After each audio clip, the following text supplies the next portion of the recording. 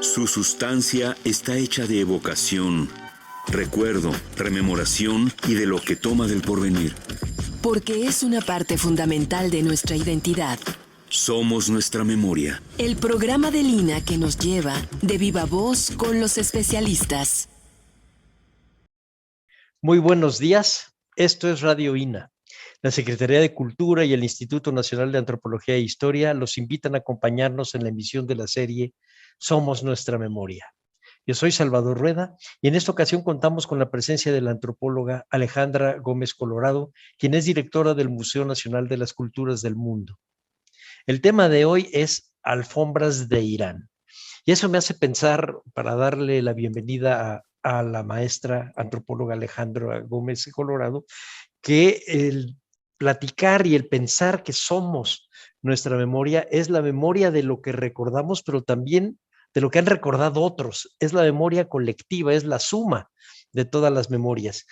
Las alfombras de Irán, y voy a adelantar un poquito a todo lo que ella nos va a platicar, es una forma de comunicación, no solamente es un objeto utilitario para sentarse o para orar, es un elemento de comunicación entre las personas y con Dios.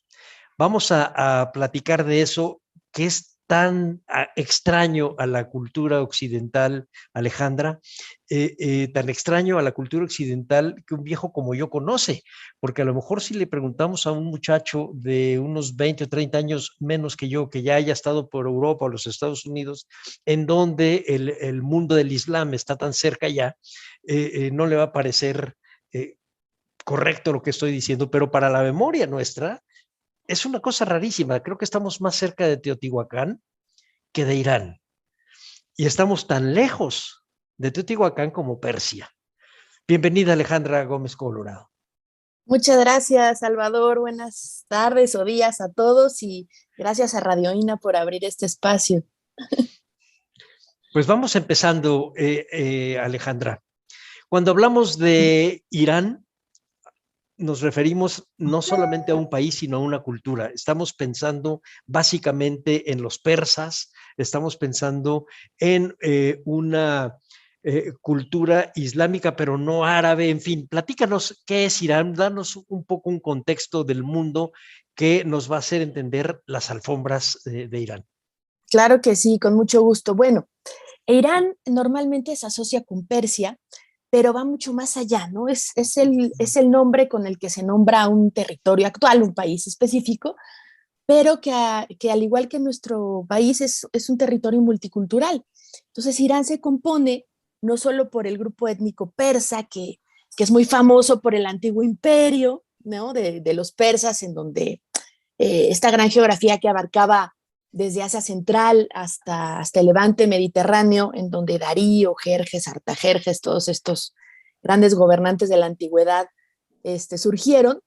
Ese imperio persa aglutinaba muchos pueblos como los kurdos, los baluchis, los luros, los mazandaramíes, un territorio pluricultural que se expresa actualmente en la nación iraní, que como bien dices, no son árabes para nada, tienen otros componentes étnicos, aunque sí, en su mayoría, profesan el Islam, desde que el Islam se expande en el siglo VII, pero aún así, Irán conserva religiones muy antiguas, como el mazdeísmo o el llamado zoroastrismo, que se sigue manifestando en Irán, y otras religiones, ¿no? También hay cristianos en Irán, hay poblaciones judías que permanecieron también en ese país, y hay religiones incluso más nuevas que el Islam, como los Bahá'í, que también están en Irán. Entonces es un país plurirreligioso, pluricultural, y todo esto se manifiesta en sus alfombras. Fíjate que a mí me gusta mucho cómo lo introduces, porque a veces tenemos solamente algunos destellos de la historia iraní, la persa e incluso la anterior a los persas. Siempre piensa uno en Alejandro Magno y Darío, o piensas en Jerjes, un gobernante tan poderoso y tan fuerte que cuando el mar no le obedeció, lo golpeó con cadenas. Es una mentalidad muy particular que hacía de estos hombres dioses, pues los referentes de una memoria que nos hace pensar en lo extraño, en lo que no somos nosotros, en lo no occidental.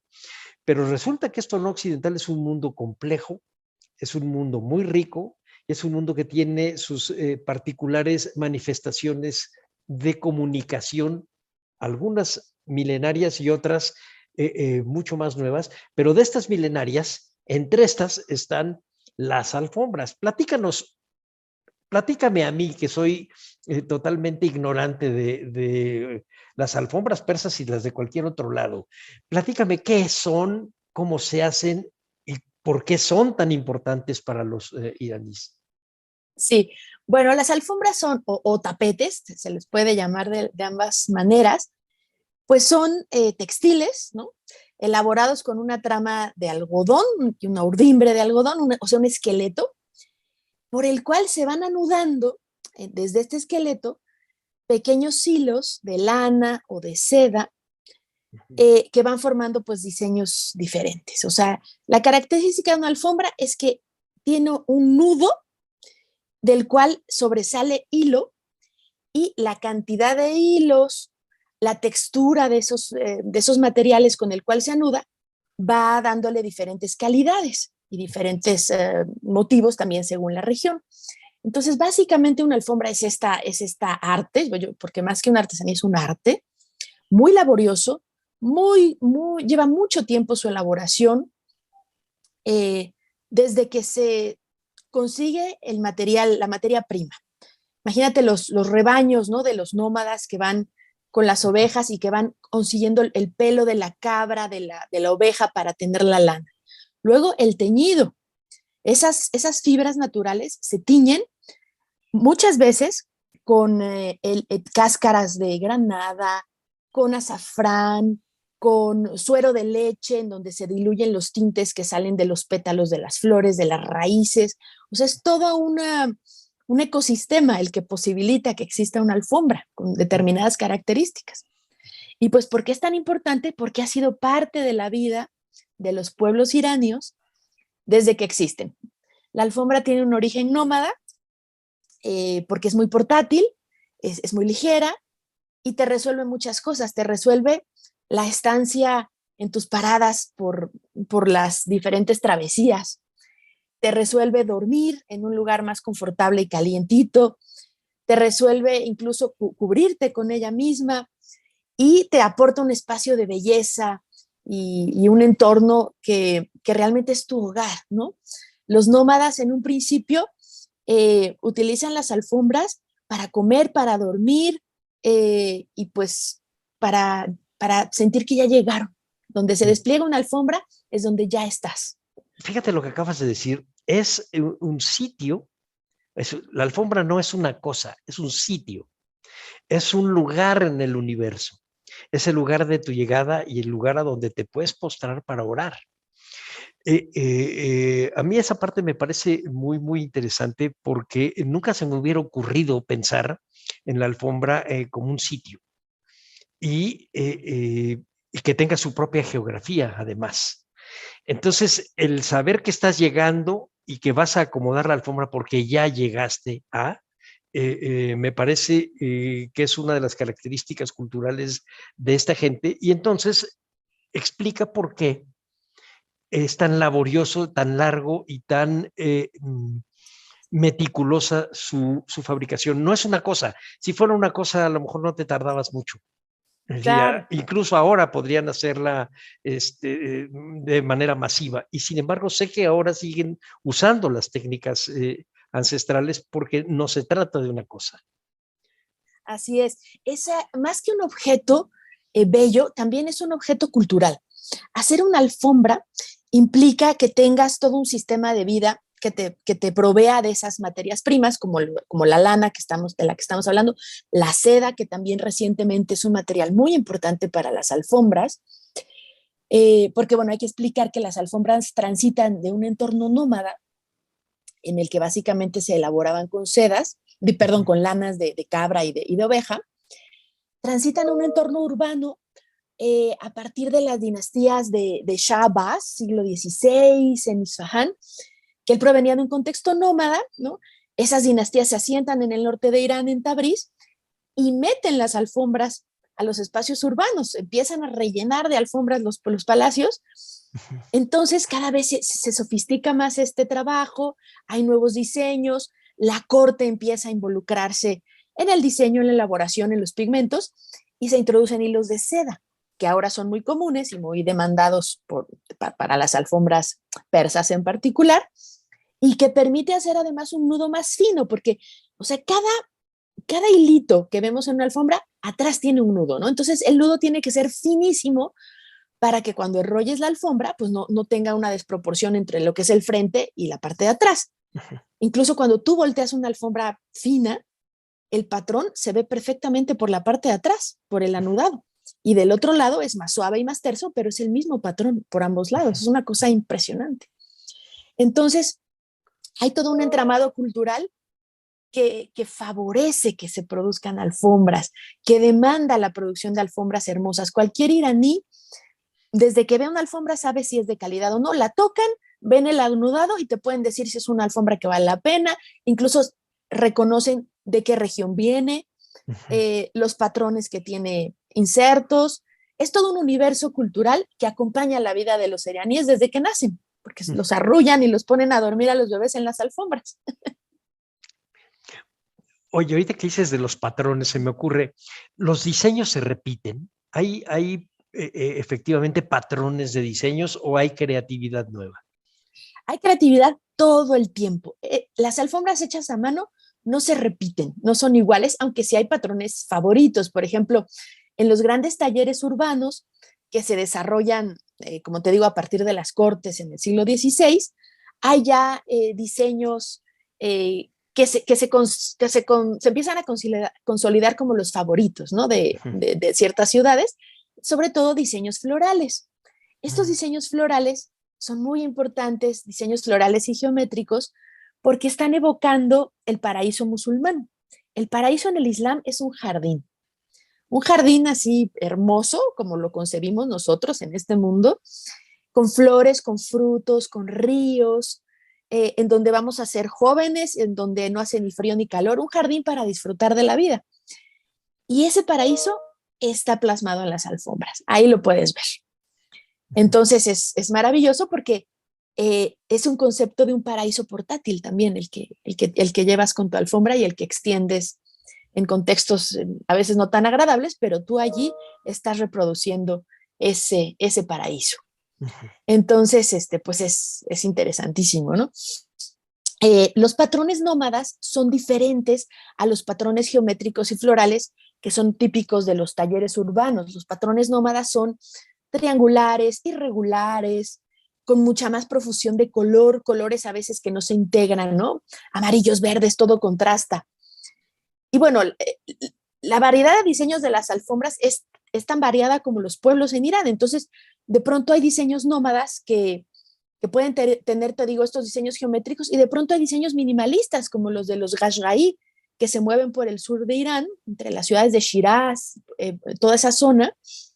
Hacen un diseño minimalista impresionante que tiene mucha demanda en Europa, ¿no? Que les gusta más como el corte minimalista. Entonces, hay de todo. Es increíble, o sea, son muy, muy variadas.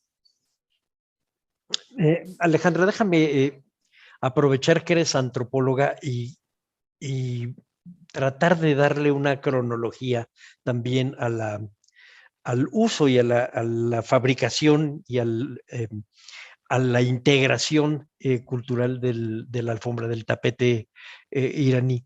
Desde, más o menos, iba a decir desde cuándo, pero ¿cuáles son los objetos más antiguos que se han encontrado? Sí, mira, el objeto arqueológico, la alfombra arqueológica más antigua que existe se encontró en Siberia por unos arqueólogos rusos, y es una alfombra de la época aqueménida, de estos grandes reyes persas de los que estamos hablando. O sea, 550 antes de Cristo, aproximadamente. Y es un pedacito de alfombra muy interesante que se resguarda en el Hermitage, porque ya se ve un diseño muy bien articulado, en donde se ven caballos y animales tejidos ya en esa alfombra. Y se sabe que la ciudad de Persépolis tenía espacios alfombrados, o sea, se usaba desde los antiguos reyes de Persia, pero sin duda es más antigua la alfombra, o sea, más antigua que los De aqueménidas. Persia, claro. Sí, Y también sí. más antigua al uso que normalmente pensamos hoy, por ejemplo, el de orar, porque eso viene con los musulmanes, no anterior.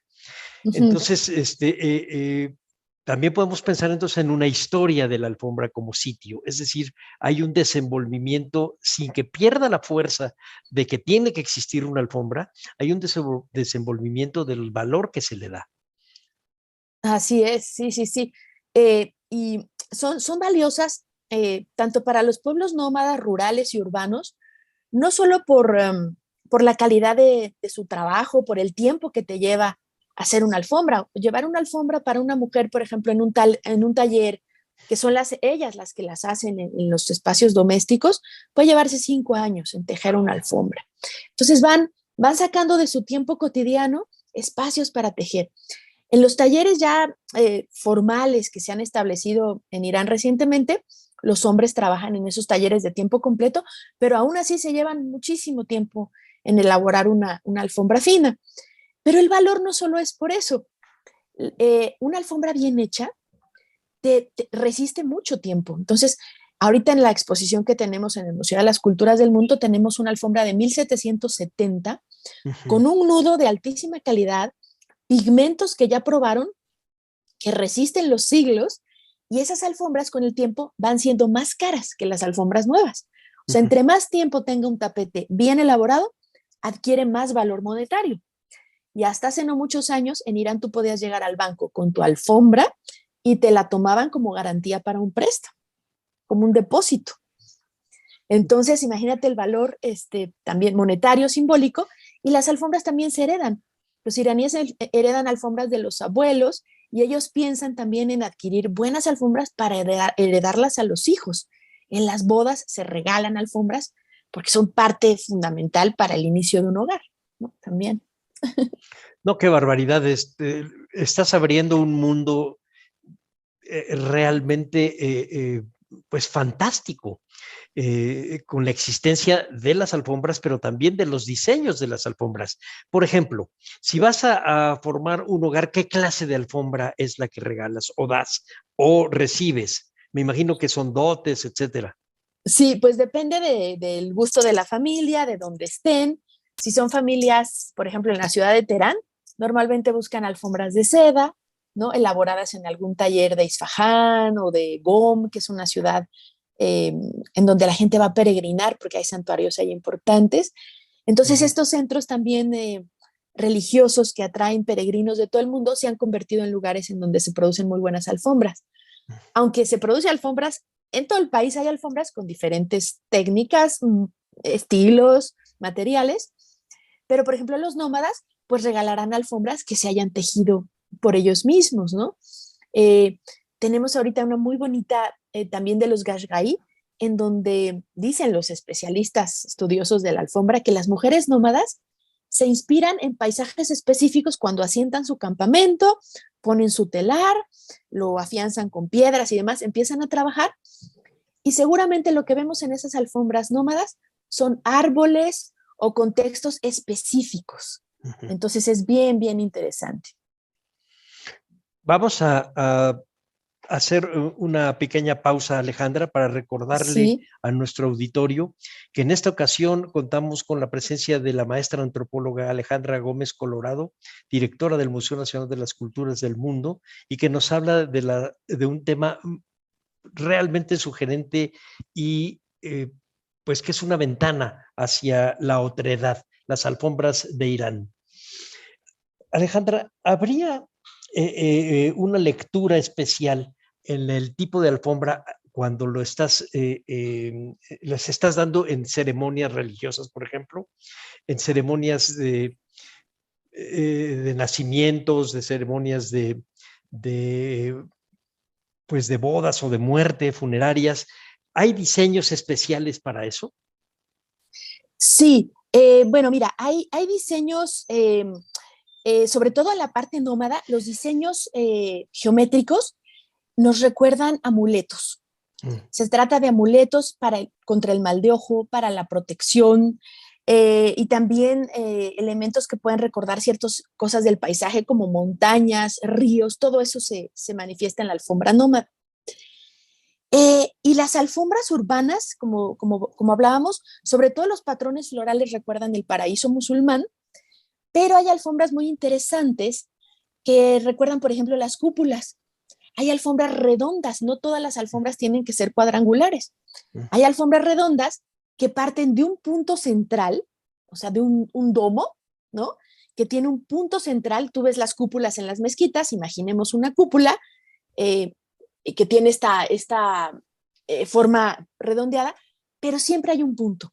Y ese punto nos está recordando la unicidad divina, el tauhid en el Islam, el la ilaha illallah, no hay más Dios que Alá, ese concepto de principio unitario que es fundamental en el Islam y básico, significa que de Dios, del principio divino de la unicidad, se desprende toda la creación, todo lo bello, todos los elementos florales y vegetales que se desprenden de esa cúpula, los vamos a ver en las alfombras. Entonces hacen un espejo.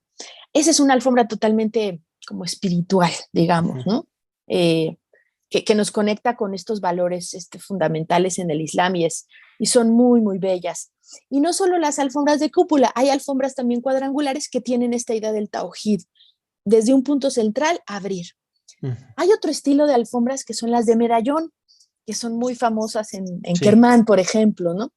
Y esos medallones marcan también un patrón central y todo lo demás, los marcos, hay marcos interiores, bordes exteriores, ya depende de cada región y de cada artesano el tipo de ornamentación y de riqueza y de profusión floral que se le mete a los marcos y a los bordes. Sí, todo ese universo está presente en la alfombra.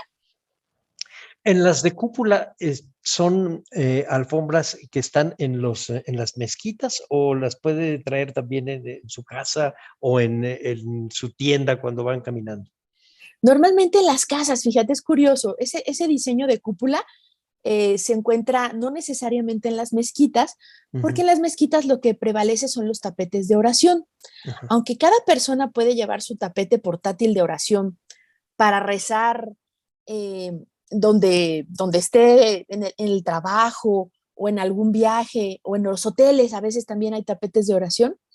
Las mezquitas tienen tapetes como unidos, como corridos de oración, que están fijos.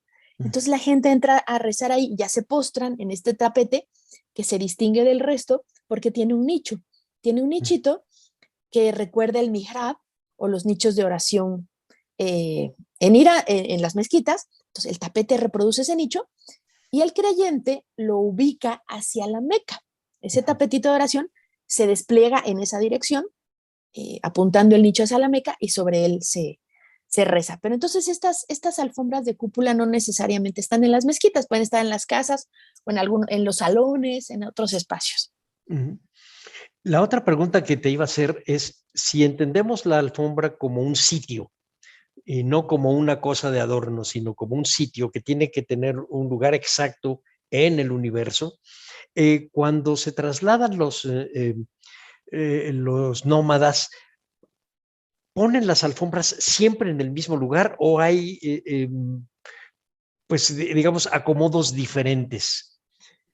Sí, hay acomodos diferentes. La alfombra, pues, te tapiza, digamos, el lugar donde vas a estar, tu tienda, ¿no? Tu tienda temporal, pero también se sacan de la tienda, o sea, es decir, las extienden para dormir, durante el día las enrollan, pero también pueden sacarla fuera de la tienda para tomar el té o para estar ahí, para pasar un rato. Se acomoda donde se necesite la alfombra, se lleva, ¿no? Entonces, si llevas ahí tu mobiliario, ¿no? Tu espacio para estar. Sí, es tu espacio, claro. Y finalmente, antes de ir amarrando así los nuditos de las alfombras, las alfombras de oración, que siempre me ha llamado mucho la atención esto de las alfombras de oración. ¿Qué diferencia hay en diseños o en formas con el resto de las alfombras? Sí, bueno, son más pequeñas. Las alfombras de oración, es así casi siempre, yo no he visto de otro tipo, son cuadraditas, ¿no? Rectangulares, para que quepa tu cuerpo así inclinado. Tienen las dimensiones exactamente pues de un cuerpo, ¿no? Unos 60 centímetros de ancho. Y la característica principal es que tienen este nicho del que hablábamos, el mihrab, que nos indica la dirección a la Meca. Las hay de seda, las hay de lana, las hay incluso con hilos de oro. También el hilo de oro se anuda muy, muy fino. Esas alfombras son pues, obviamente carísimas. Tenemos una en la exposición ahorita en el museo. Son las menos porque, pues por el valor, ¿no? Son muy caras. Pero esas alfombras de oración las puedes distinguir eso por las dimensiones y por el nicho. Casi siempre tienen ese nicho que te indica hacia dónde tienes que desplegar tu tapete a la hora de rezar. Es digamos, como una rosa de viento. Siempre te va a Sí. decir hacia dónde está la Meca. Es una orientación. Sí, exactamente. Ahora vamos a platicar un poco de la exposición, porque todo lo que nos dices se vuelve muy atractivo, pero verlo y entenderlo como lo estás explicando realmente es una cosa totalmente distinta. Platícanos de la exposición, cómo surge, qué colecciones son, qué vemos los que vamos a tu museo. Claro que sí. Pues es una exposición muy, muy bonita que teníamos muchas ganas de hacer desde hace tiempo. Y afortunadamente, el embajador de Irán en México, el señor Ali Reza Rezeli, pues empezó a detonar y a presentarnos, ¿no? Entre la comunidad iraní que tiene aquí sus tiendas de tapetes. Y en particular trabajamos con dos coleccionistas que no solo venden tapetes, sino que también tienen su colección, que son los señores Tina y Arasto Bajador, de la famosa y emblemática tienda de tapetes Terán, que está ahí en Polanco, que todos han visto, porque tienen años en México, más de 35 años de aquí.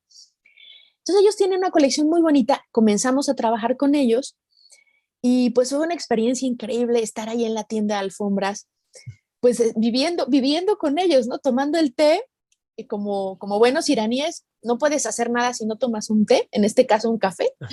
Ok.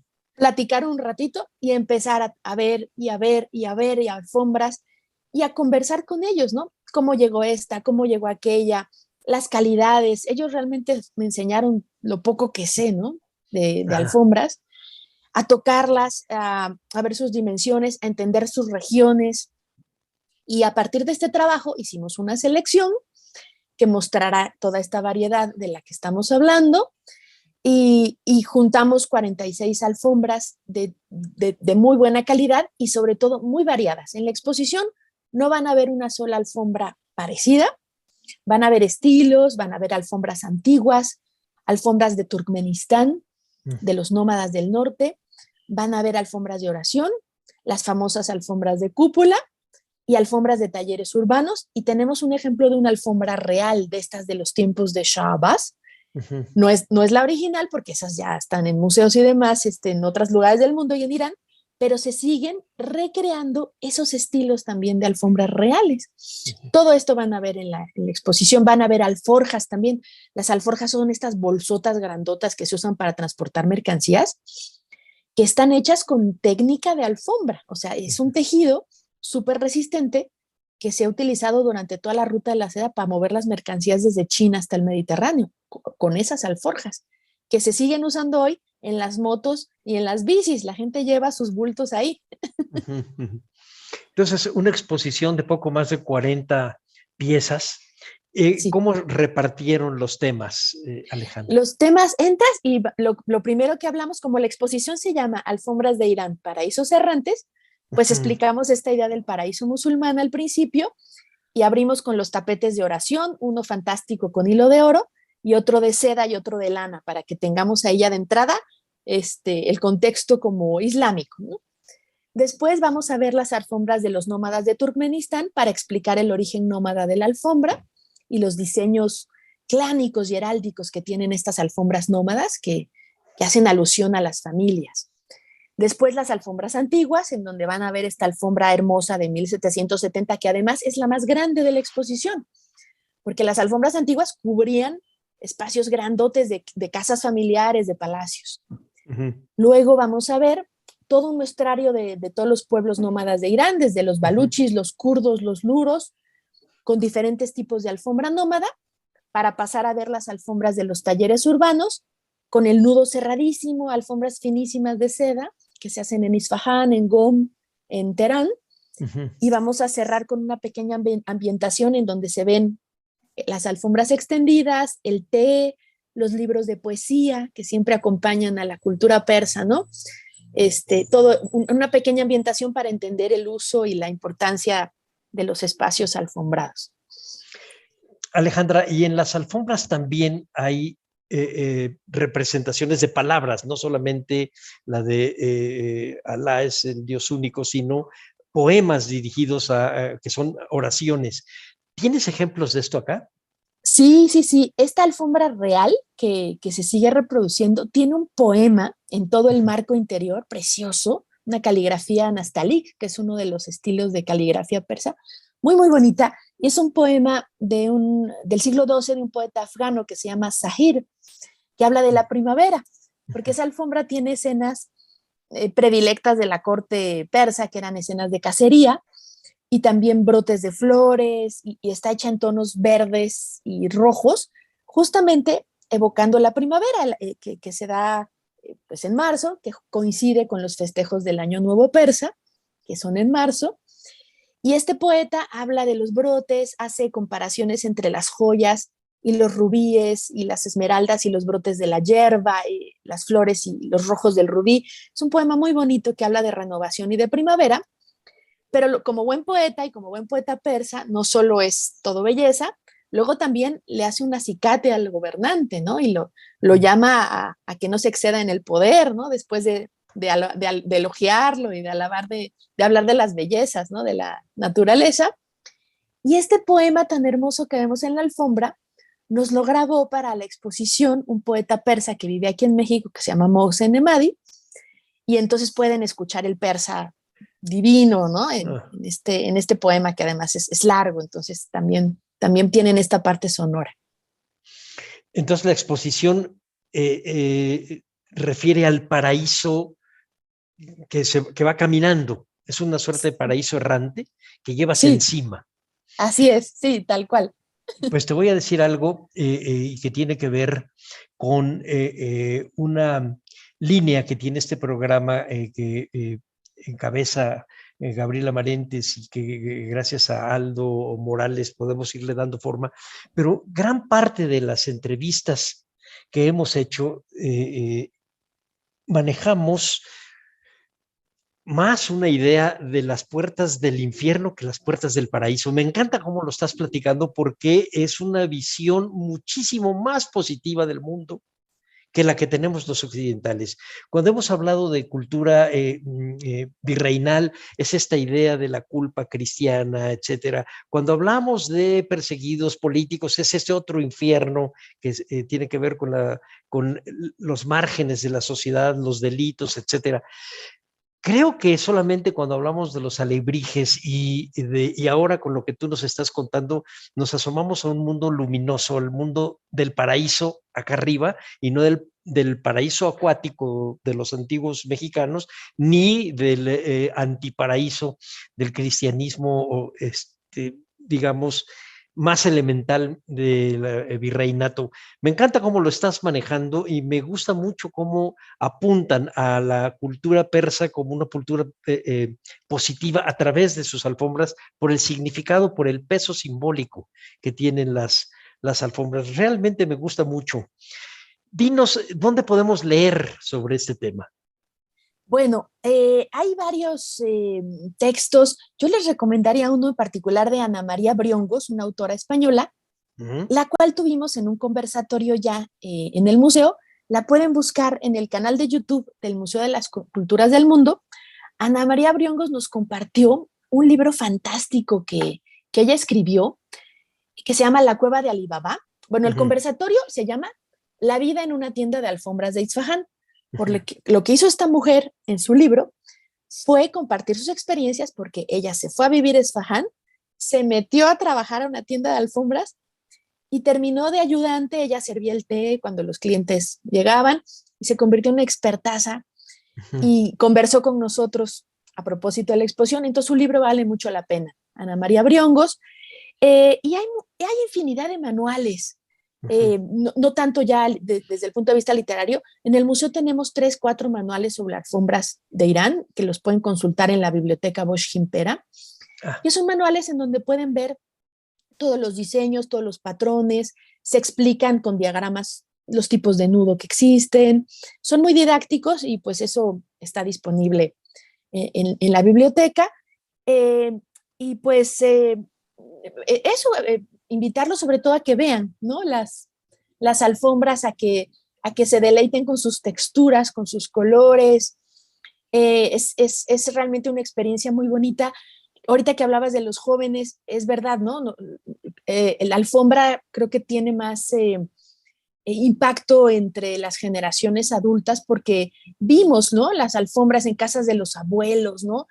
Las alfombras llegaron a Europa desde el siglo XVII, no había mansión en Europa que no tuviera una alfombra y toda esa tradición pasó a América de alguna forma, ¿no?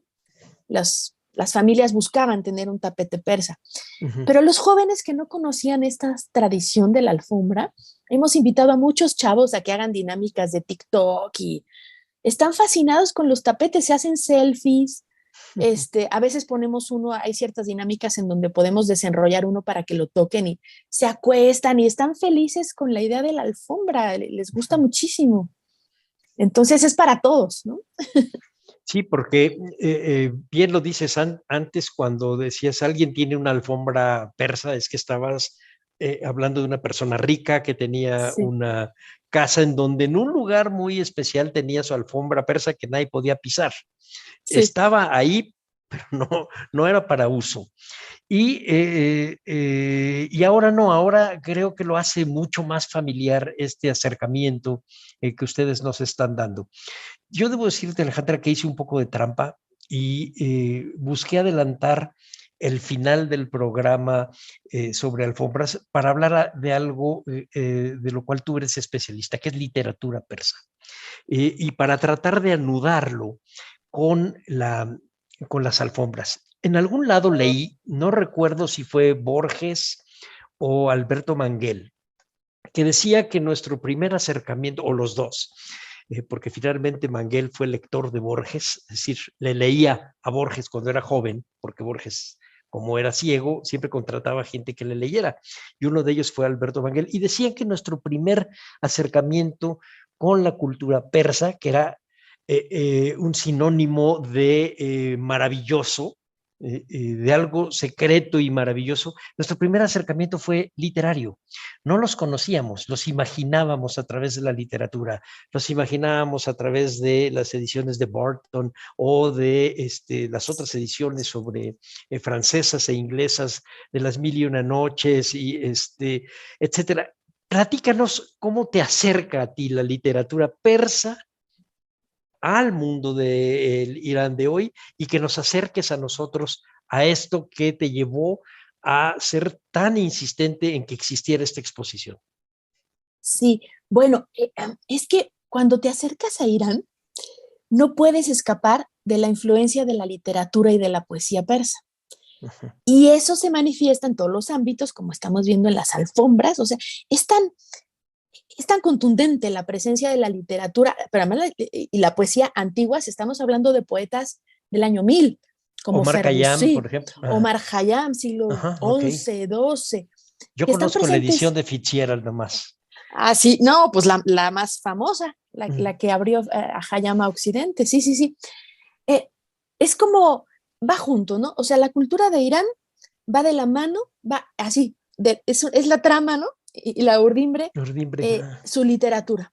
Su literatura es inminente. Entonces, cuando estás allá, no hay persona que no te recite un refrán, que en el taxi sale a colación Khayyam, Ferdowsi, Hafez, con cualquier persona que estés conversando, tenga instrucción formal o no, sabe de literatura porque es parte de su cultura. Es parte de su cultura, de sus conversaciones, son sus héroes nacionales, es todo la literatura, es un castillo como decía Ferdusi, he construido un alto castillo de poesía que no derribará ni el viento ni la lluvia. Y es verdad, porque se reproduce.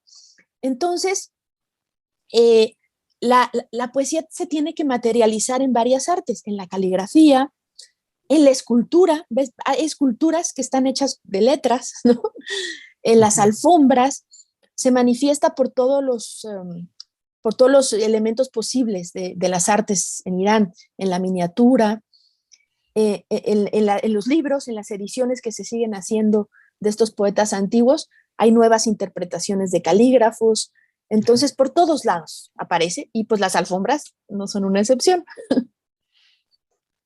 Porque en las alfombras están fragmentos de poesías, como lo que nos decías hace un ratito, oraciones, también ciertas frases de carácter moral, hasta donde entiendo, es cierto. Es decir, cierto. Con mensajes morales. Sí, una de las alfombras más famosas de Irán está en Ardabil, un mausoleo en Tabriz, y las buenas alfombras se construían en espejo, las alfombras así de los palacios y demás, se construyen dos alfombras iguales que nunca van a ser iguales porque están hechas a mano y siempre habrá detallitos. Pero una de estas alfombras tiene un poema de Hafez que dice que no hay más descanso para mí más que este umbral, ¿no? Más que esta alfombra. Y ese verso está ahí en esta alfombra de Ardabil, que es muy antigua, es del siglo XIV, ¿no? Y así se han seguido reproduciendo, y no solo tienen los versos de los grandes poetas, incluso los grandes poetas están representados en las alfombras. O sea, hay alfombras en donde está Hafez ahí leyendo un libro, ¿no? O ciertos personajes que aparecen con su figura plasmados en las alfombras. Entonces, sí, todo esto aparece. Sobre todo lo que se pone en la alfombra son los poemas, no tanto los preceptos morales, sino los poemas de los cuales se han hecho muy famosos, ¿no? Los cuales se repiten por ahí, aparecen. Y con caligrafías muy, muy estilizadas que se confunden incluso con las flores. Se van mezclando con estos elementos. Sí, son muy, muy bonitas. Las alfombras como umbral, decías. Entonces sí podríamos pensar que cuando estás en una alfombra, sobre todo para cuando vas a meditar o vas a reflexionar o vas a orar, estás tocando un punto sagrado, estás entrando, es el umbral a un espacio sagrado. Pues es posible. Cuando se trata de un tapete de oración, sin duda ya te estás postrando en un espacio que te conecta con ese momento, ¿no? Y es muy interesante porque la oración en el mundo islámico no solo se hace en las mezquitas, tú puedes orar en tu casa, en el trabajo, incluso en la calle. No, sí, de hecho en la calle, a mí me tocó taxistas que a la hora de la oración parabas y sacaban su alfombra, pegaban la frente y oraban. Son un ratitito, sí. Pero para ellos es un momento importante. Sí, y la alfombra te transporta, ¿no? a ese espacio que ya no es el cotidiano, desplegas tu tapete y estás ya en otra superficie que delimita un espacio ya sagrado, ¿no? Uh-huh. No todas las alfombras tienen este carácter, pero sí un carácter muy especial que te construye un espacio. Donde se extiende una alfombra ya se construye un espacio diferente, un espacio muy estético en el cual disfrutar o pasar ese momento del día. Pero fíjate, y ahí es a donde te voy a picar la cresta y para darle un buen jalón al final de la entrevista. Es un objeto tejido que tiene una función de ser un sitio, un espacio que tiene un lugar en el universo organizado, pero además es un espacio que tiene su fuerza en la palabra. Si no hay literatura, no hay palabra, no hay oración, no deja de ser una cosa. Entonces aquí está sumando distintos niveles de creatividad en una alfombra, en este paraíso que llevas tú encima, pero al mismo tiempo, si no tienes la palabra, ese paraíso es hueco. ¿Estoy en lo cierto o no? Claro, porque exactamente. Es un elemento que va reforzando todo este andamiaje cultural. O sea, las alfombras de Irán son como, y de varios pueblos del Medio Oriente, las alfombras son una expresión cultural, pero al mismo tiempo constituyen a esa cultura. No hay cultura en el caso de Irán sin alfombras y no hay alfombras sin cultura iraní. Se entretejen, no hay forma de que no sea así. Y por supuesto que toda esta riqueza literaria se expresa en esos momentos cuando la gente se sienta a tomar el té, se habla de poesía. En todas las casas de los iraníes hay un libro del poeta Hafez, por ejemplo, a la par del Corán. O sea, tiene esa importancia. Es un poeta al que se le consulta. Si tú tienes alguna preocupación en la vida, te sientes en tu alfombra, abres el poema, el libro de Hafez, el diván, el compendio de los poemas de Hafez, y él te va a decir, ¿no? Si te va a ir bien en esa chamba, cómo te va a ir con el novio, si debes hacer o no ese viaje que estás pensando hacer. El poeta te responde, y en todas las casas de Irán está este texto sobre alguna alfombra, ¿no? En alguna mesita por ahí, y es una práctica común que es realmente impresionante. Cuando comentamos en nuestros contextos aquí en México, ¿no? En nuestro llamado contexto occidental, de que los iraníes leen poesía todo el día, la gente no lo cree, ¿no? Pero sí lo hacen. No, pero qué barbaridad, qué maravilla de cultura. O sea, que sí. Estén rodeados de optimismo y que sea la poesía el vehículo de su comunicación, no de la sociedad en corto, sino de su comunicación con su mundo, con el medio ambiente. Así es. Pero entonces ahora regreso a Alejandra Gómez Colorado. ¿Cómo te acercas tú a través de la literatura a la cultura iraní? ¿Cómo lo hiciste? Platícanos, sácanos de dudas a los que te estamos oyendo. Sí, pues fue un poco al revés. Yo llegué a Irán para trabajar la exposición que tuvimos en el Museo de Antropología de Persia, Fragmentos del Paraíso, 2006, que muchos se acordarán. Sí. Y fue al revés, trabajando en el Museo Nacional de Irán con los objetos arqueológicos. Yo notaba que mis compañeras allá en el museo, mis maestras del Museo Nacional de Irán, se la pasaban, de pronto hacían pausas y hablaban de algún poeta, ¿no? Y se sentaban y tomaban el té y la conversación se desviaba. Estábamos con los aqueménidas o con las piezas antiguas, no sé, de Mazandarán, de cualquier lugar. Eso pasaba a un segundo plano porque era el espacio de la poesía. Y eso pasaba muy seguido. Yo dije, bueno, esto ha de ser porque estoy con curadoras y gente que sabe. Y no, empezó a pasar en todos los ámbitos de las personas que pude conocer en Irán, que cuando hablaban de poesía o se acordaban de algún poema, de algún verso, algo les detonaba, ¿no? Se sentaban, el tono de la voz, el ritmo cambia cuando se está hablando de literatura y de poesía. Entonces, eso me llevó después ya a hacer ya otro proyecto de investigación audiovisual que se ha pasado aquí también en los canales de Lina, ya sobre cómo la poesía se expresa en la cotidianidad de los iraníes. Y ya hicimos ya un trabajo ya documentado de entrevistas de cómo los espacios literarios están presentes en su vida y tratar de explicarnos por qué la literatura del año 1000 puede marcar el rumbo de la vida de un iraní del siglo XXI. Es algo fantástico. Está presente porque es parte de la cultura, de los dichos, porque se expresan todos estos elementos artísticos que vemos y se transmite a manera de enseñanzas, de preceptos, pues de orgullo también por tu lengua, ¿no? Porque la lengua persa ha subsistido por esta importancia también que tiene la poesía. ¿Y también la música, Alejandra?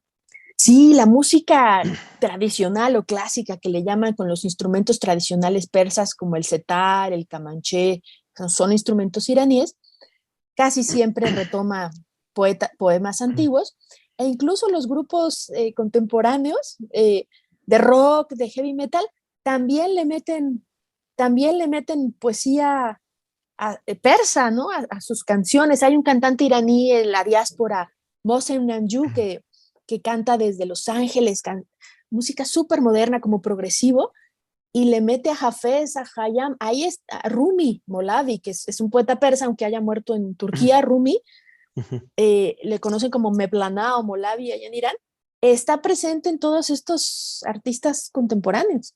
Ahí está. Me gusta esta idea.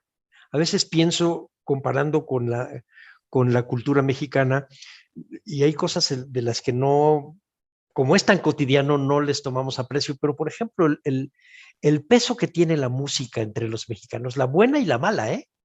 A veces más la mala que la buena, pero no hay día en que un mexicano no pueda tener música y esté o cantando o tarareando o repitiendo letras de músicas nuevas y no tan nuevas. Y ahora que me decías tú lo de la poesía, yo dije, pues es un poco como los mexicanos con la música, no importa si es buena o no es buena, distintos estilos, pero no puede ser que no vivas con música. Sí, es algo así. Es imposible. Es algo así. Un amigo me decía que tal vez esto que le recordaba un poco a José Alfredo, ¿no? Como la contundencia de algunas canciones que nos van permeando y que de pronto tarareamos o repetimos. Algo así, algo así. Pues realmente sí abres un umbral con esta exposición. Creo que tiene la obligación todo mundo de ir a verla, porque además en el museo que tú diriges, el Museo Nacional de las Culturas del Mundo, es básicamente un museo de antropología en el sentido general de la palabra, no de antropología en México como nuestro Museo Nacional de Antropología, no de historia de México como nuestro Museo Nacional de Historia, sino aquí sí estás abriendo una ventana al mundo y la estás abriendo con una perspectiva, o la han abierto varias generaciones de antropólogos con una perspectiva efectivamente de antropólogo, lo cual nos da lecturas múltiples y que nos va a sorprender lo que ahí encontramos. Una vez que uno entra a ese museo se enamora. Es imposible no sorprenderse y no salir de ahí enamorado. Y dices, Pues, híjole, la ida al centro valió la pena por este museo. pues sí, así es, sí, tienes toda la razón. La verdad que sí, es un museo fascinante y los invitamos a todos. La exposición va a estar todavía 2 meses más, la vamos a extender porque se inauguró en diciembre pasado y pues estábamos todavía saliendo de la pandemia y demás, no habíamos tenido mucha visita, pero están regresando los públicos al museo con mucha fuerza, mucha intensidad, así que los esperamos para que vean Alfombras de Irán, Paraísos Errantes, y como bien dices, no solo esta exposición, también otras exposiciones, está la Sala de Egipto, la de Mesopotamia, China, Corea. Las permanentes y las temporales sí nos abren una perspectiva antropológica para entender otras culturas, para respetar, para admirar, para contrastar y para saber que nuestra manera de pensar no es la única. No es la única, pero es importante y entonces nos pone los pies en la tierra. No flotamos, no nos subimos a una alfombra de Aladino que no existe, sino nos pone los pies en la tierra. No sabes cómo agradezco esta entrevista, Alejandra. Yo creo que va a haber muchísimos comentarios que te los harán llegar Gaby Marentes y Aldo Morales. Yo pienso que tu exposición va a ser además muy exitosa y no quedamos más que invitarlos a todos a que la vean y que nos asomemos a ese paraíso errante que nos traen las alfombras. Muchas gracias, Alejandra. Gracias a ti, Salvador, por esta hermosa conversación. Gracias a nuestros amigos de Radio INA que están haciendo posible la transmisión. Y claro que sí, quedamos al pendiente para los comentarios y para recibirlos en el museo. Muchas gracias. Pues vamos a dar por terminada esta transmisión. A nombre de Radio INA, se termina esta transmisión que fue posible por la generosa participación de la antropóloga Alejandra Gómez Colorado, directora del Museo Nacional de las Culturas del Mundo. Gracias a nuestros escuchas por su atención. Les sugerimos consultar más de nuestra producción a través de radio.ina.gov.mx y de nuestras distintas plataformas digitales en YouTube y Spotify. En la realización, la Coordinación Nacional de Difusión a través de la Subdirección de Radio INA con Gabriela Marentes al frente. En la producción y grabación, Evalnibaldo Morales. En la edición, Rubén Martínez. En el apoyo, Marta Hernández, Paula Bedoy y Jerónimo Cuevas. Yo soy Salvador Rueda. Hasta la próxima. Las opiniones y comentarios aquí expresados son de entera responsabilidad de quienes proporcionan la información y no representan necesariamente las opiniones de Radio INA ni comprometen el pensamiento editorial del Instituto Nacional de Antropología e Historia.